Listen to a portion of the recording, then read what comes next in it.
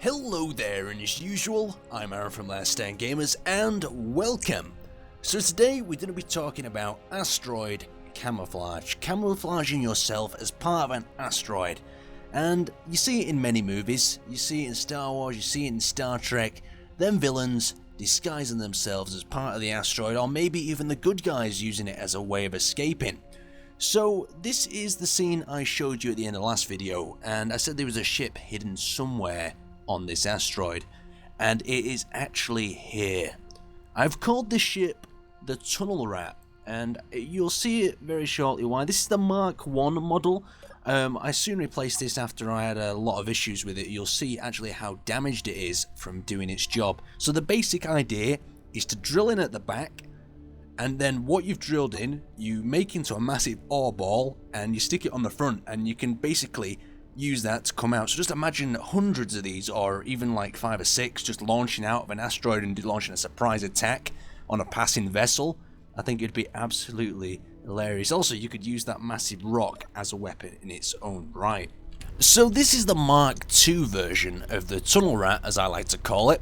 Basically, the upgrade involves a little bit of a paint job. I'll just bring it out slightly there. A bit of a paint job. So we've got the browns, we've got the greys, and we've got this sort of muddy texture to better blend ourselves with the asteroid.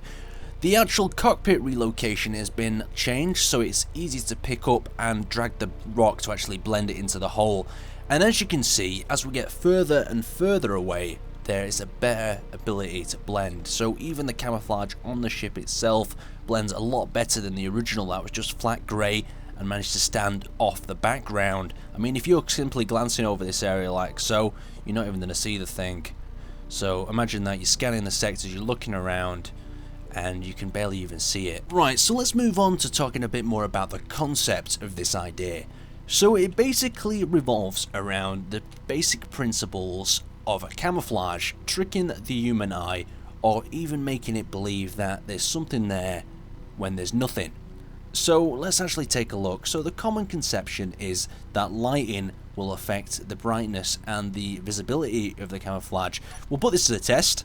What we'll actually do is we'll place a stone behind the asteroid in the dark side, and what we'll do is we'll zoom out, and as we zoom out, you'll notice that the rock starts to blend with the actual asteroid, and at a distance like this, it almost looks like it's part of it.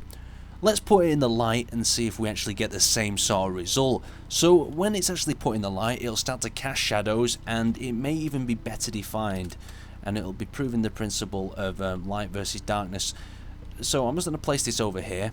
So in a lighter sort of environment, a conventional sort of painted camouflage is a much better option in most circumstances. So we'll place a stone, and we'll begin to zoom out.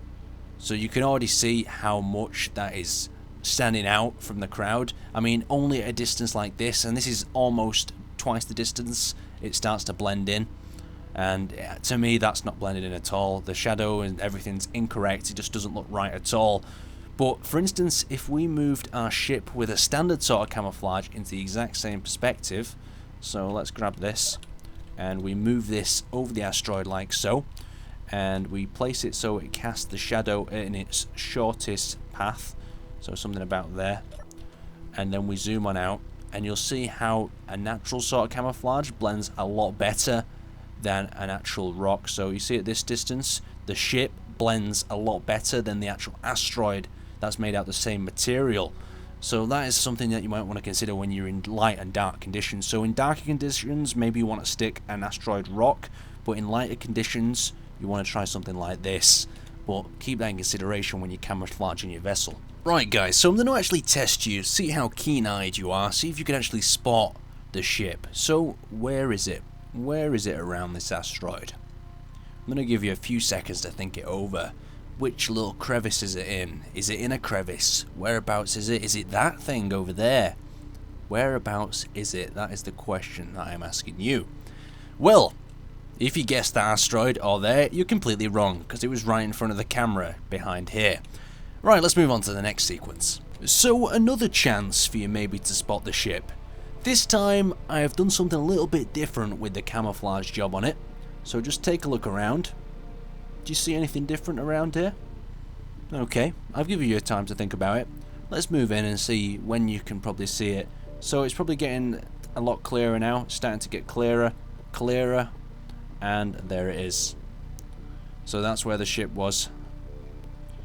This sort of green, grey, and light and dark grey seems to be the best one that I've found so far. It seems to blend so well from a distance. Up close, it's not as good, but it starts to really blend from that distance, really getting them colours engraved into each other. So let's try another one. So there's over 6 ships on this asteroid. See how many you can actually see, and leave them in the comments below.